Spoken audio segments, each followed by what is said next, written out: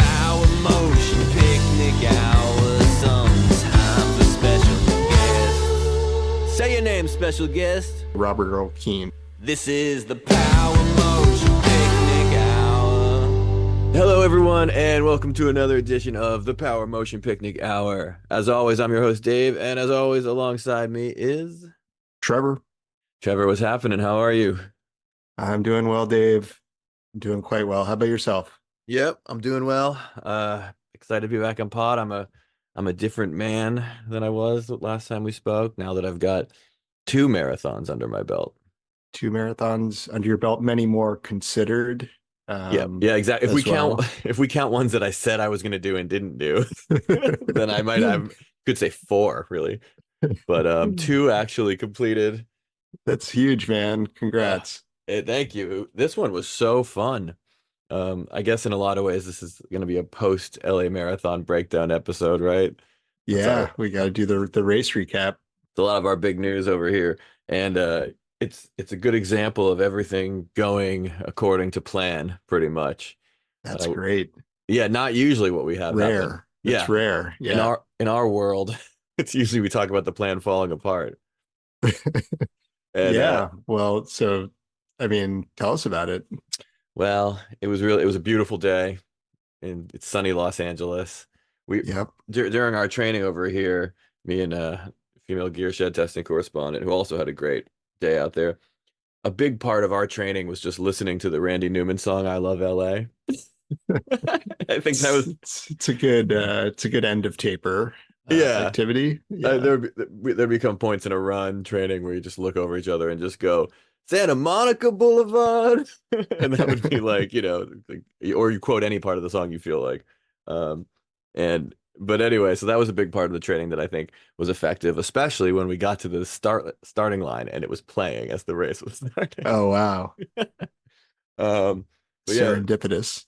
I mean, it's they just play that song all the time in LA.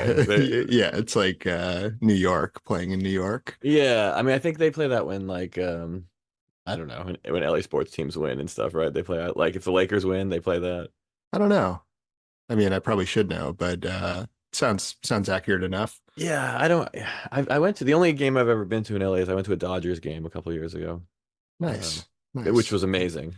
Elysian Park, where special guest, popular minimalist jazz composer Brendan Etter runs sometimes. He likes to run there. It's a good hill. We had to go the day before to pick up our bib and go to the pre-race expo festivities. Mm-hmm.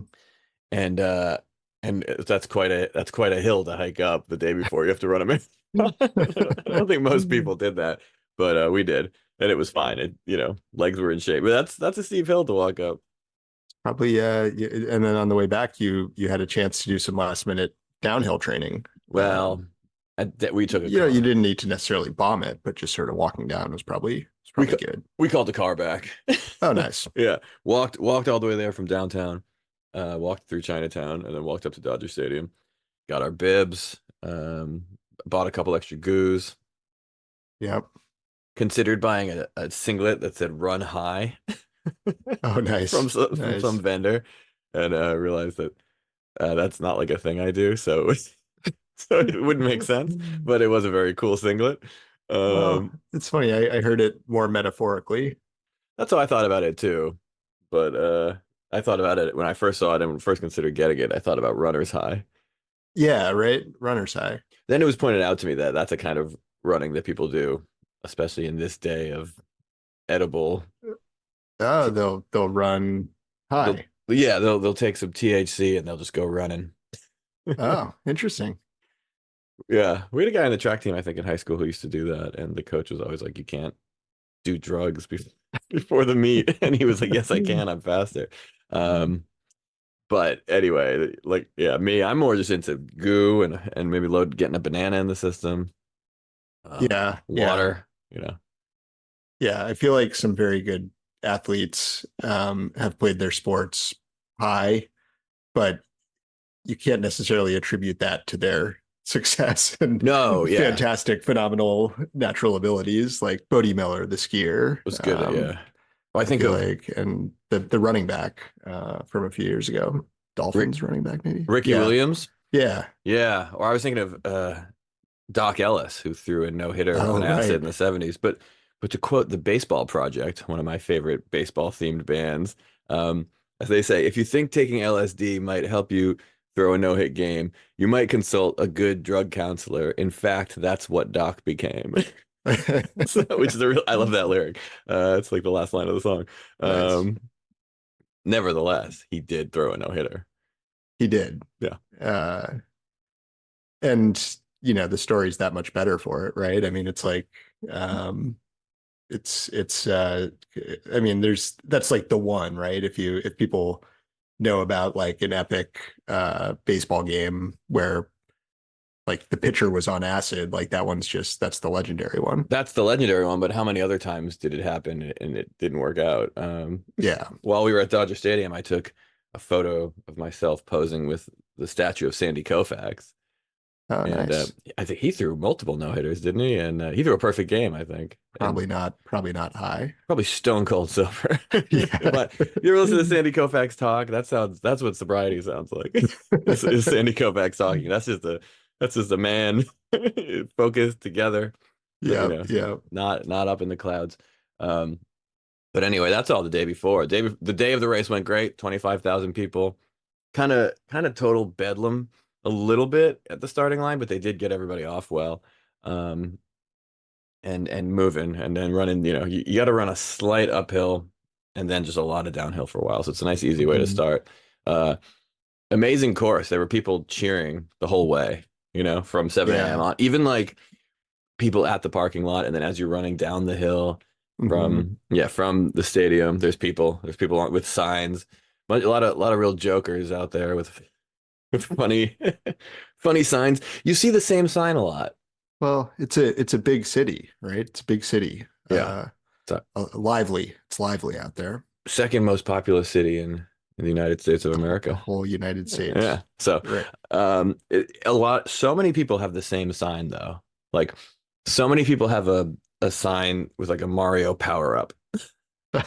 And so I did touch a few of them. They're like, touch here for a power up. And then probably about 40 people who have signs that say, don't trust the fart. Um, which I saw like, Interesting. yeah, a lot of people being funny, um, attempting humor. Um, but yeah, no, great course. The play anyway, perfect day, perfect I, weather. I thought you were going to say there was like a crowd of people with like, signs like, don't trust the power up people or something like Mm, the power people are lying. I would have liked that. The power, the They're, power posters don't do anything. they're lying to They you. they don't actually work. Yeah. Uh, no, yeah, and they don't. No, but the one thing I did training wise that really made the biggest difference was talked about this. I trained with a lot of hills, Oh, and nice. and it made Yep. yeah made a huge difference. I like Made all the difference in the world. Yeah, I trained with more hills than the race, and the hills didn't bother me at any point. And LA is pretty Yep. hilly, I think, Yeah. and there was no problem. Um, yeah, ran through. You were doing incline tread like all the time, right? Let's just even a modest incline. I did a lot of incline tread, and I did a lot of Central Park running the hills. So Yeah. that's a pretty hilly training. Interesting thing about this race is about every half mile there was like a dude with like a megaphone, like preaching, Oh, like telling us we were all going to hell. oh, Um, nice. Oh, some same were guy. No, no, Oh, I was gonna no. say this guy just ran a marathon too. I mean, they weren't the same guy. I'm assuming they're from the same church or the Hmm. same organization because I think they were all Mexican dudes. At every half mile, and that's actually like a particular accent that I love. It's a nice Mexican accent, but it, Hmm. it, it was annoying when you're really tired and someone's telling you you're going to hell. So I guess it was a little better as I was in a particular favorite accent of mine, but it still didn't was Probably, annoying. probably gets a little tiring. Yeah. Uh, But yeah, went through popular minimalist composer Brendan Edder's neighborhood Echo Park, yeah. ran by the lake, ran through Silver Lake, ran down Hollywood Boulevard, past Hmm. all sorts of famous sites, the Troubadour, the Whiskey A Go Go, Oh, the nice. Comedy Store, um, whatever, all sorts of stuff. Yeah. A lot of history there. ran through LA. It was great. And then, through West Hollywood into Beverly Hills. Hmm. Fancy. It's a fancy place. Yeah. I got So kind I of hear. I got kind of tired at mile 15 in Beverly Hills, around there in Beverly Hills. And I was like, uh-oh, but then it went away. That's good. Yeah. And then I felt fine again. Um, so then we run through Century City, which is where the finish line is, but it keeps going Yep. before turning around. And Century City was strange because that was where they did a horrible job of keeping people on the sidewalk. And Ah, the spectators at this point, at like mile 18, collapsed to something that was basically about 3 runners wide. And it was like actually like kind of uh unsettling to run through people. And they're all trying to give you things. People at the LA Marathon try to hand out a lot of strange stuff. A lot of people yeah. try to give you like drinks you don't want, or like Yeah. oranges. Uh, at mile 20 or 21, there were people handing out shots of beer. Oh, nice. Yeah, Nice. and it was St. Patrick's Day, so that's okay. Although I think 21 might have been a little early. Yeah, I'd say so. Yeah, give me that at 25. Right, Give me right. that although at 20, I wouldn't have taken it anyway. But Why not just at 26.2? yeah, that's a good place. Yeah, well, that's what they did in Providence. In Providence, Yeah, you get a beer at 26.2. Actually, that's the perfect time. I think you get a free beer in LA too. I just didn't drink it this time. Nice, nice. But yeah, no, did the old plan, ran with female gear shed testing correspondent, and then with about 6 miles to go, kind of took off and started running a little faster. Yep. Ran a pretty hard last 6 miles, and then sat down at the finish and waited for her to come, and she was actually only 5 minutes behind. I saw Um, that. You guys were close. because she then about with 3 miles to go started kicking, you know. Nice. I think she said when we separated, she popped an Advil, and then about 3 miles later, whatever was aching stopped aching, and she was like, Yeah. I'm gonna run harder. I'm almost there. Nice. Yeah. So I finished in 4:47:23. Excellent. Not the fastest time ever in a marathon, but it was a PR. That's great. So that was the goal. It's your first sub five, right?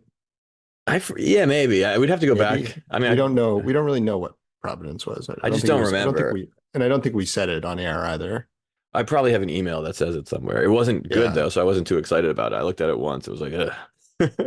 Yeah. Yeah. No, I get that feeling. But that was around five. So this is like a significant improvement, at least a, you know, 12, 13 minute improvement. Yeah. So that's pretty good. I finished It's very good. 588th out of 1,293 men 40 through 44. So Ooh. the Fortissimo Yeah. crowd. Yeah, I was the 588th fastest Fortissimo guy there. And overall, finished 74th Yeah. out of 20,422 total finishers, I guess. Wow. So Yeah. you were solidly, I mean, those are good like percentiles to be in Yeah, we always really say in that both categories. we always say how we're pretty solidly in the Solidly middle of the solidly road, middle of the average, pack. yeah. And so Yeah. this was kind of leading the middle of the pack. Yeah. Kind of Yeah. leading that group. So um anyway, it was a thrilling experience. It was mind-blowingly fun. I ran pretty hard at the end, or what felt like it was pretty hard. I don't think it looked that hard, but I was pumping it. Actually, when I got up towards the finish line as I was running it, like approaching it, probably in the last like 50 meters or 100 meters, then there's like a ton of crowd, and they're all behind barricades there at least. They can't get right up to you. But like nobody was really making a lot of noise, so I started doing that thing that you see athletes do where they raise their arms to try. I'm doing it now to try to get people to cheer, and then everybody cheered. I Nice, did do nice. that. So yeah, I sacrificed a couple seconds for a little crowd work. Little crowd work. Well, actually, so I mean, first of all, massively successful race execution. Yeah, thanks. That's awesome. And to the female gear shed testing correspondent as well. Yeah, Just two really awesome performances out there. she cranked out like a 4:51, which is not a bad first marathon. Not at all. I don't have a time yet. I'm still to be timed.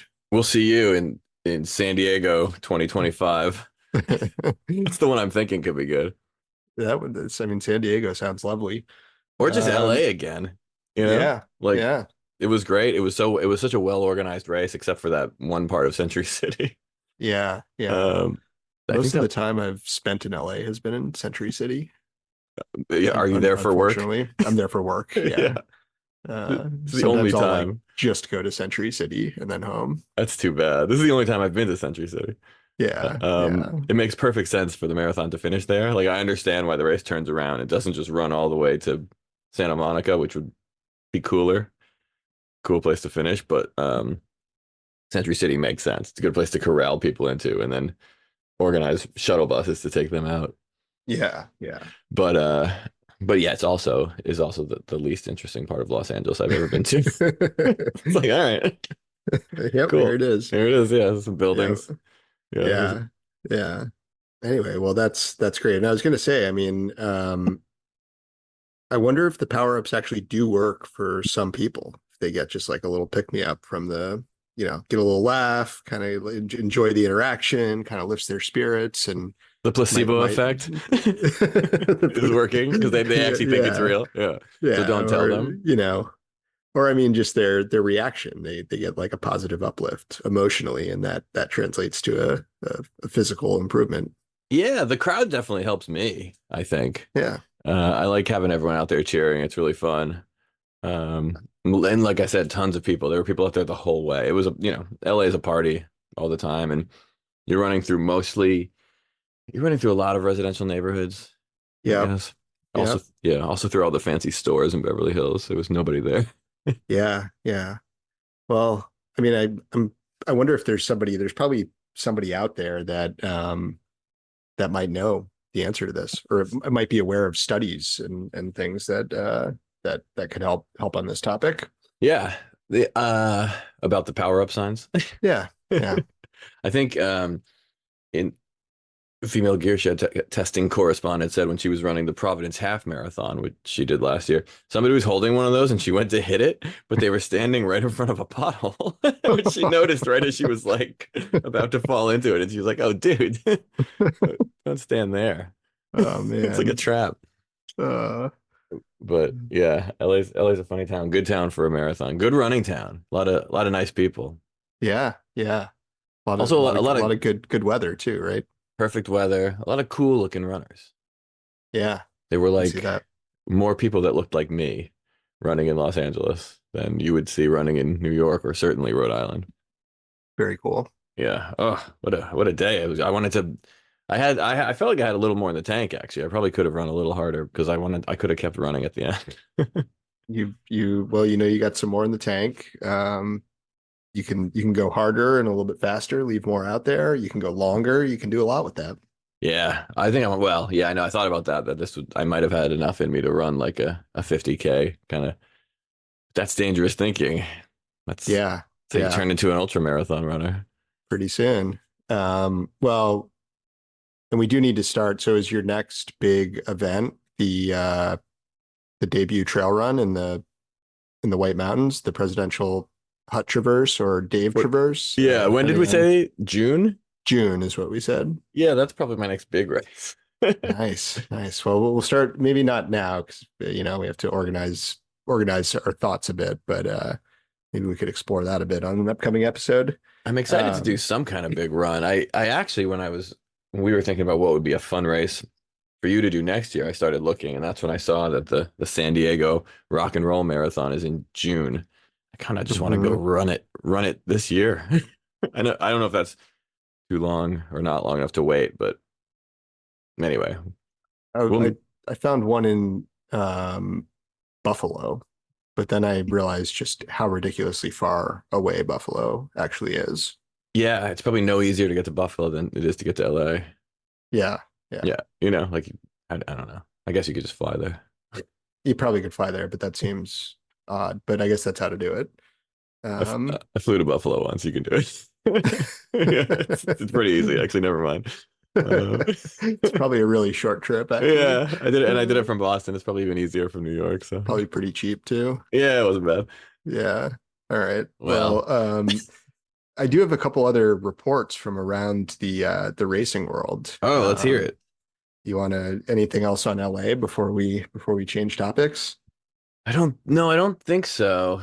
I don't want to miss anything, but no, I guess just to add another difference from Providence was I did eat a banana before this race. Yes. And Well, I you got made to take these learnings. Yeah. yeah, I ate like a banana and like I can't even remember now what I had for, but I had like three kind of like protein or nut or power bars for breakfast and a Hmm. banana, and that actually seemed to work. I felt pretty fueled, and then I took a goo every 45 minutes in the race. Well, I think you kept your training pretty consistent, it seemed, and you weren't like changing up a lot of stuff or so I think sort of what you did and what you changed and sort of the approach to the training just seems to have worked. And the Like you probably don't need to Mizunos, to mess with it too much. Yeah, the the Mizunos. the Mizuno Wave Inspired 20s were great. Yeah. Felt amazing out there. Actually, there was a funny, scary moment because one thing I've always talked about is I traditionally had such bad knees, and my knees were the one reason I thought I'd never be able to be a marathon runner. Yep. And my knee started barking, like doing one of the things it sometimes does, like right during the first mile. And Oh, like I was like, oh no, like I was like, am I gonna have to just drop out? Like if it's mile one, what's it gonna be like at mile 10 and mile 15? yeah. But Yeah. it went away actually, and I was fine for most of the race. That's my big fear too. Yeah. And it was something I had to work on to get back into running. And then, yeah, I never thought I would have been able to do, type of Oh stuff I'm yeah. doing now or marathon or anything. Because one thing I said on our pre-LA episode was that I thought I had possibly the beginning of two injuries in my body, and just hopefully hope for the best and just try to run through them. And I think now after running the race, I can say no, I did not have the beginning of. And I didn't even want to say what they were. I thought I had like possible calf injury, and then Yeah. I thought maybe my knee had, but no, they were both fine. It's like our Instagram post with the cover of the whole album. Um, Run through run this. run through this. Yeah. Um, Well, so you ready for some race updates from around the world? let's hear it. All right. This one comes in the form of a mailbag as well. Oh, Um, man breaks record for fastest barefoot half marathon on ice, okay. which is like a very niche category of accomplishment. Wow. Barefoot half marathon on ice. Um, What country is he yeah, from? Joseph Salek of Czechia, which sounds more like a city than a country, but I'm guessing Czechia. in possibly the Czech Republic, I was gonna say that sounds like how you'd say the Czech Republic in the Czech Republic. Wait, possibly, yeah, well, but we'll. or in whatever country this race took place in. Hmm. Yeah, that's right. That's right. Because it might have been in a neighboring country. Yep. And as the descendant of some people from that part of the world, Hmm. I don't know the answer, but Well, there's some more research to do there. So we got that. We got the Barkley Marathon. All the elite podcasts in the trail running world are probably talking about this, and recommend a listener go check it out if they have not already. I have not, but I do know that Jasmine Paris became the first woman to finish. And it's a very difficult race. And then uh, you can kind of do some research to learn more about it. yeah, I watched like three different videos of her finish, Oh, which is awesome. which is amazing. She's just like so completely spent. Like she put everything she had into it. She was the first. Not many people total have ever finished it, like Yeah. 20 or something around that amount. She was the first woman to ever do it. You have to, it's forget how far it is, but you have to finish it in under 60 hours. It has an insane amount of vertical though. And yeah, under 60 hours. And she finished it with like 99 seconds to go. Yeah, Like with that less than like, yeah, like insane. the crowd was going wild. The crowd of like 40 people that were there. Um, Yeah. I did a little It's research about the race. It sounds completely insane. Yeah, yeah. Well, do you want to tell I know a little bit about it too. Maybe we should tell the listener just sort of an overview. Do you want to share what you found Sure. out? Yeah, well, it was the guy who started it. he started it when he learned about, I forget what his name, the guy who assassinated Dr. Martin Luther King Jr. and about Oh how yeah. that's what inspired him to start it, which is a little strange. But I was he gonna was say Robert Earl Keen, but that's a musician. that's very close though, I think. It's a close name. Yeah. Um, Yeah. but he was learning about how he evaded the police for a long time running through the wilderness of Tennessee. And I Hmm. think, he was what he had done was just impressive running through the woods essentially.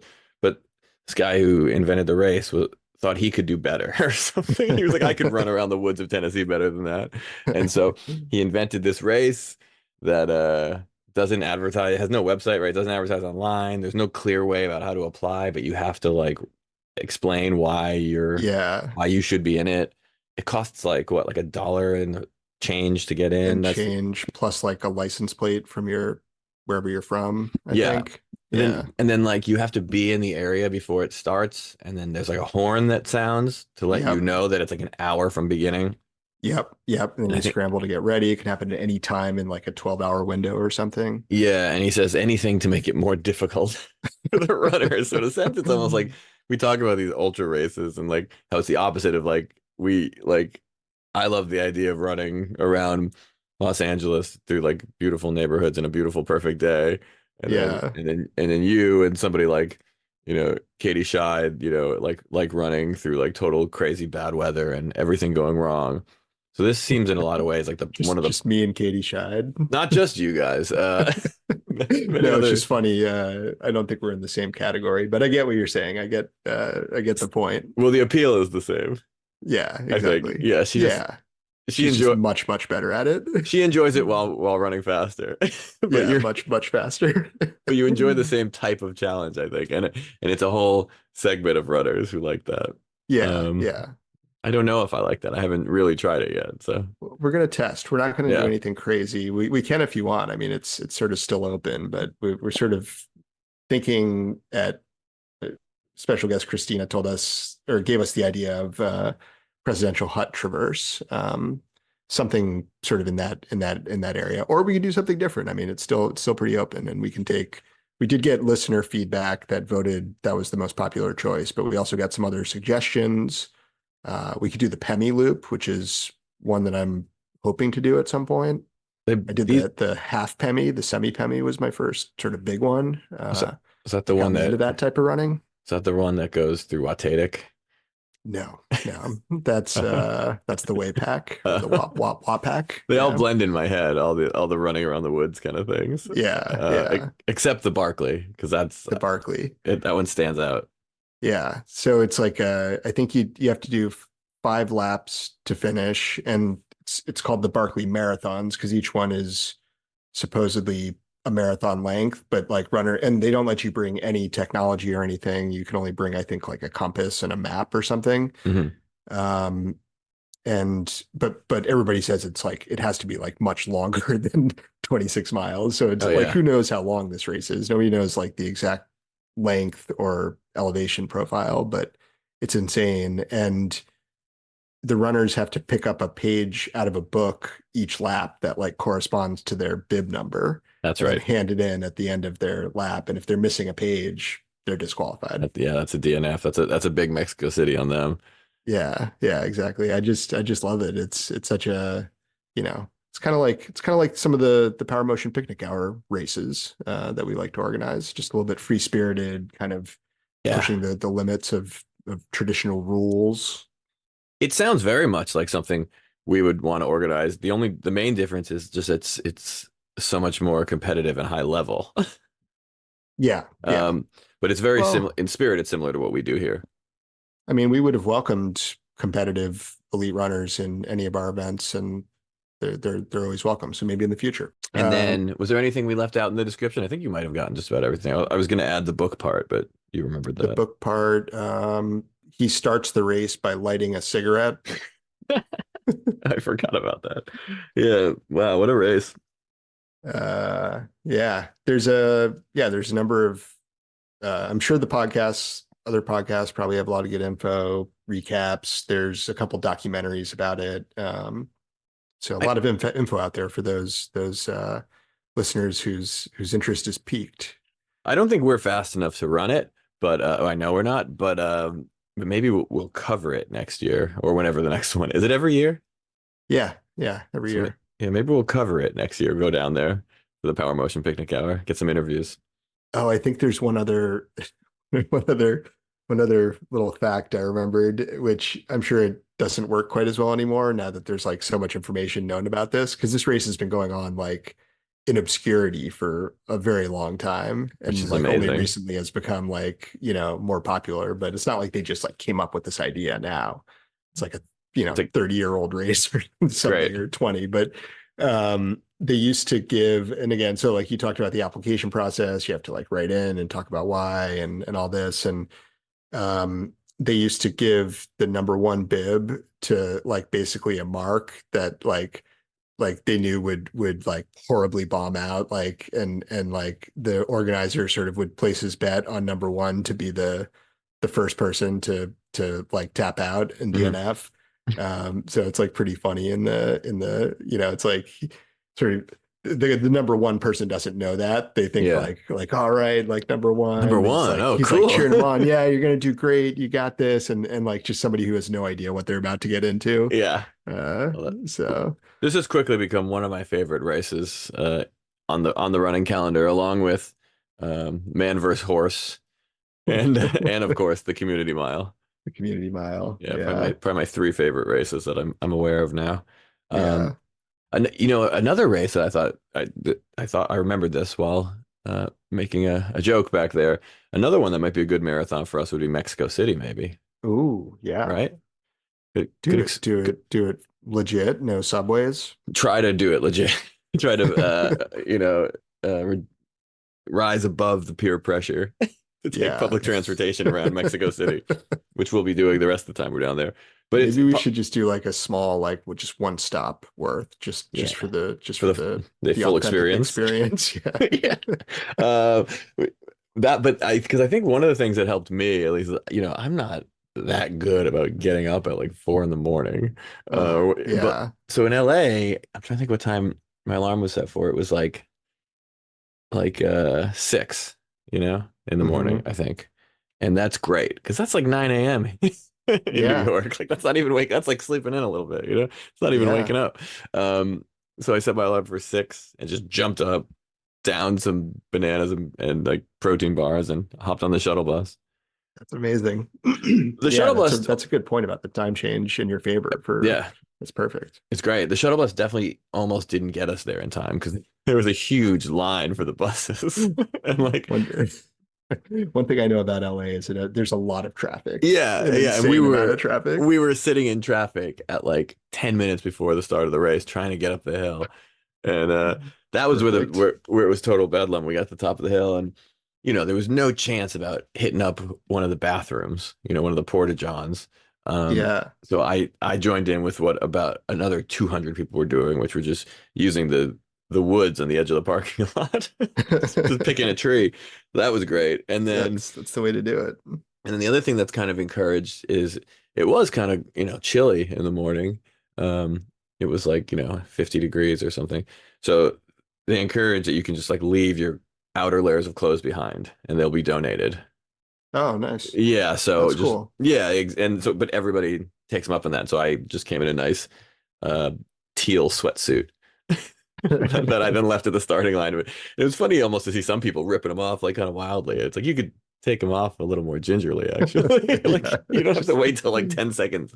You could do it at like 90 seconds before. Yeah, yeah. But it was hey, we got back to the race a little bit there.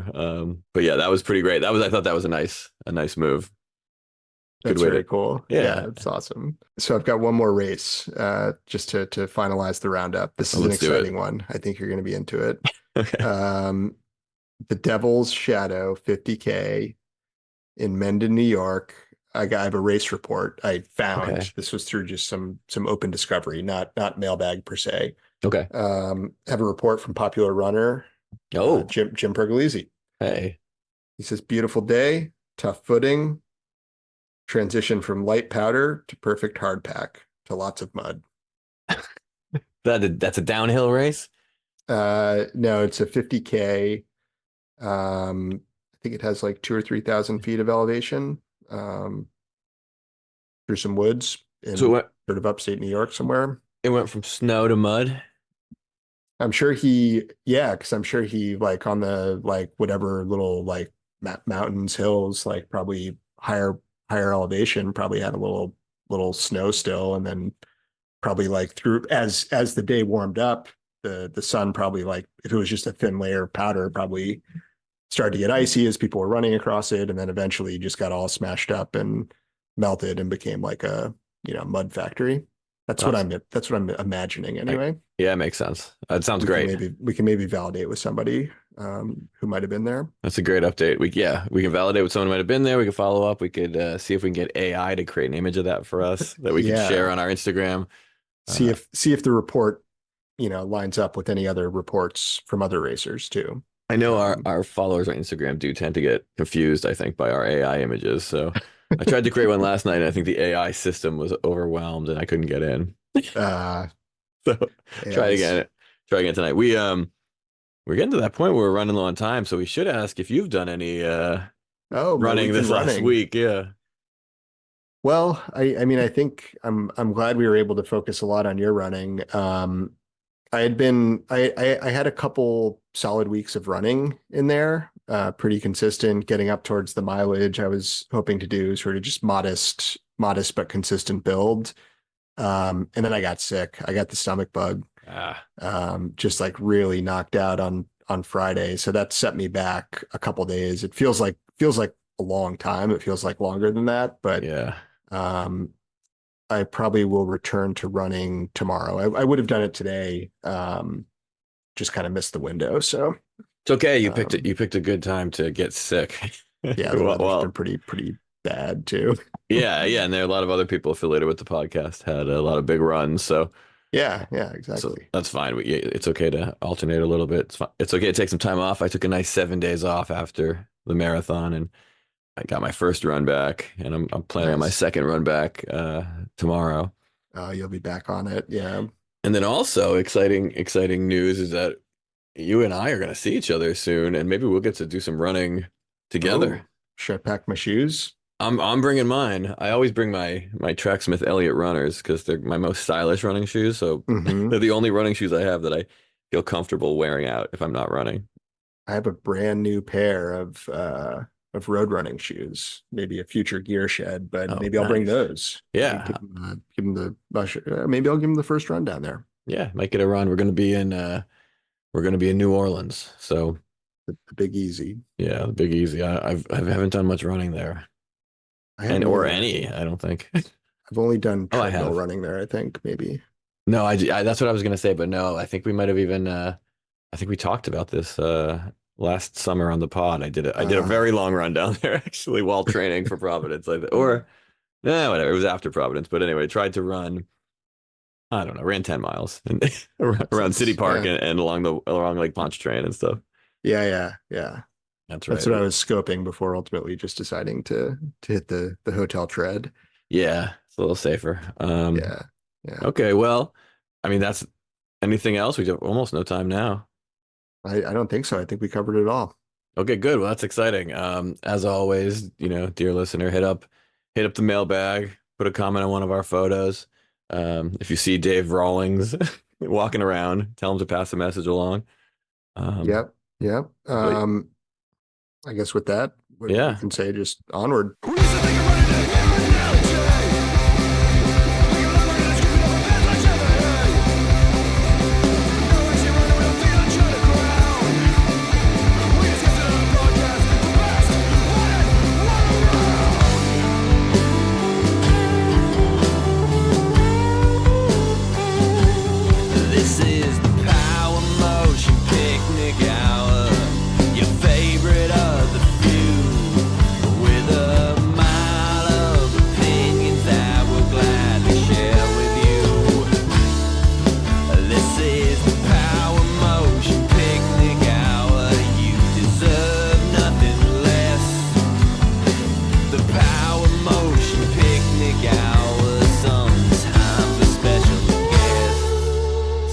Special guest. That's a musician.